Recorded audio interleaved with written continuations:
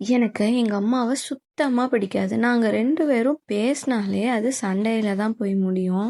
என்ன ஏதாச்சும் திட்டுனாங்கன்னா, உடனே எங்க அப்பாட்ட சொல்லுவேன். அப்புறம் எங்க அப்பாக்கும், அம்மாக்கும் சண்டை தான் வரும். எங்க அம்மா என்ன அடிக்கடி சொல்லுவாங்க, "நான் என் மாமியார்ட்டயே வாழ்ந்துட்டேன். ஆனா உன்கிட்ட என்னால முடியலன்னு" சொல்லிட்டு.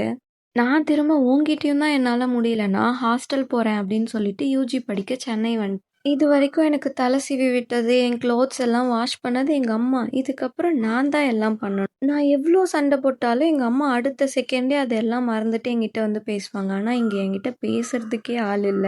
எங்க அம்மா எவ்ளோ ருசியா சாப்பாடு செஞ்சு குடுத்தாலும், அதுல ஏதாச்சும் ஒரு குறை கண்டுபிடிச்சு சொல்லிட்டே இருப்பேன். ஆனா, இங்க சாப்பாடே வாயில வைக்க முடியல. அப்போ தான் எனக்கு ரியலைஸ் ஆச்சு, எங்க அம்மா இல்லன்னா நான் ஒண்ணுமே இல்லன்னு. அதுக்கப்புறம் தான் நான் எங்க அம்மாட்ட பேச ஆரம்பிச்சேன். நெறைய விஷயத்த ஷேர் பண்ண ஆரம்பிச்சேன். அதுவரைக்கும் எனக்கு எங்க அப்பா தான் ஃபேவரைட். ஆனா கல்யாணம் ஆனதுக்கப்புறம் அது தலைகீழா மாறிடுச்சு. எங்க அப்பா கிட்ட நான் எவ்ளோ க்ளோஸா இருந்தேனோ, அத விட டபுள் மடங்கு எங்க அம்மா கிட்ட க்ளோஸா இருக்க ஆரம்பிச்சேன். அதுவும் நான் ஒரு அம்மா ஆன பிறகு தான் அம்மான்றவங்க எவ்ளோ நமக்காக சாக்ரிஃபைஸ் பண்றாங்கன்றது எனக்கு புரிஞ்சுச்சு. தாயின் மகத்துவம் அறிந்தேன் நானும் ஒரு தாயான பின். ஹேப்பி மதர்ஸ் டே அம்மா.